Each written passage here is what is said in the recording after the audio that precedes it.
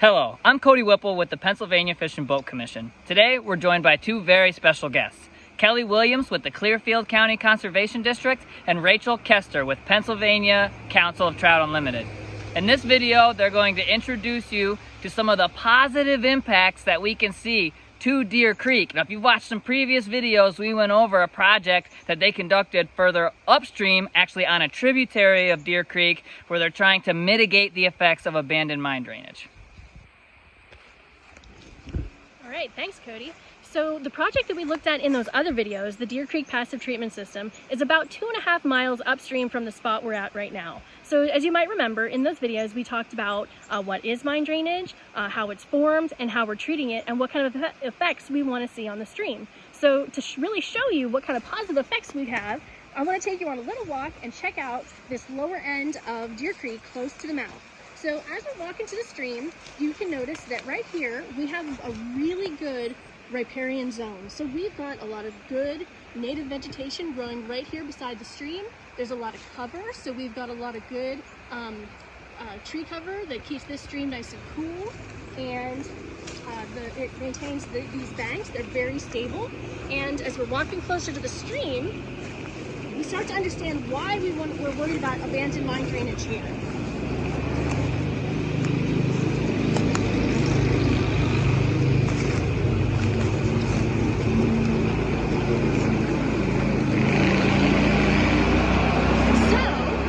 You'll notice, does it look very different down here compared to some of the other videos that we've done on abandoned mine drainage?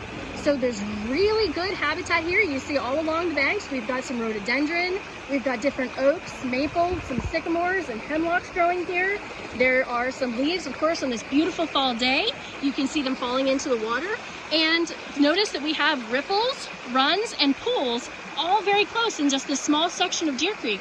So the habitat here is beautiful as far as what a trout would love, both like the trout and the macroinvertebrates and other species of fish. So the limiting factor to Deer Creek was really the abandoned mine drainage. So the project that we have 2 miles upstream, as I mentioned before in other videos, the pH going into that stream was very acidic, so 3.5 to 4, and what we wanted to see it at was closer to 7, which is more optimal for aquatic life. And the water coming out of that treatment system is now 7. So now we come down here 2 miles downstream, a couple years after the treatment system was installed, and here we're seeing pH close to 7. It's consistently, whenever I'm checking on this stream, it's usually 6.5 to 7, which is fantastic considering when we did like assessment work to see what was wrong with the stream about 13 years ago.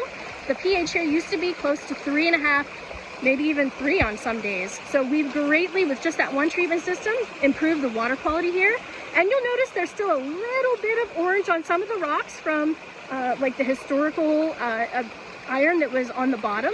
But the water looks a lot better, and I can tell you from samples that we've taken, the chemical makeup of the water has greatly improved.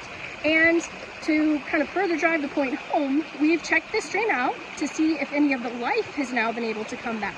So last year, we did a fisheries survey with the National Trout Unlimited. They came and did a survey of the stream with me, and we actually found for the first time in oh my goodness, over maybe 50 years, we found trout. Not a lot yet, but we were able to find trout that had not been able to survive here before.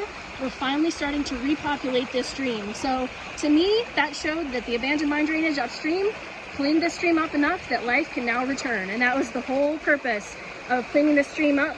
And it just drives the point home. Why, even though up there, maybe why do we care? You know, we all live downstream, water flows downstream somewhere. And so even though this is Deer Creek and maybe it's not your backyard, there could be a stream in your backyard that has the very same problem as Deer Creek, and ultimately it flows to a larger river, and like here, ultimately to the Chesapeake Bay.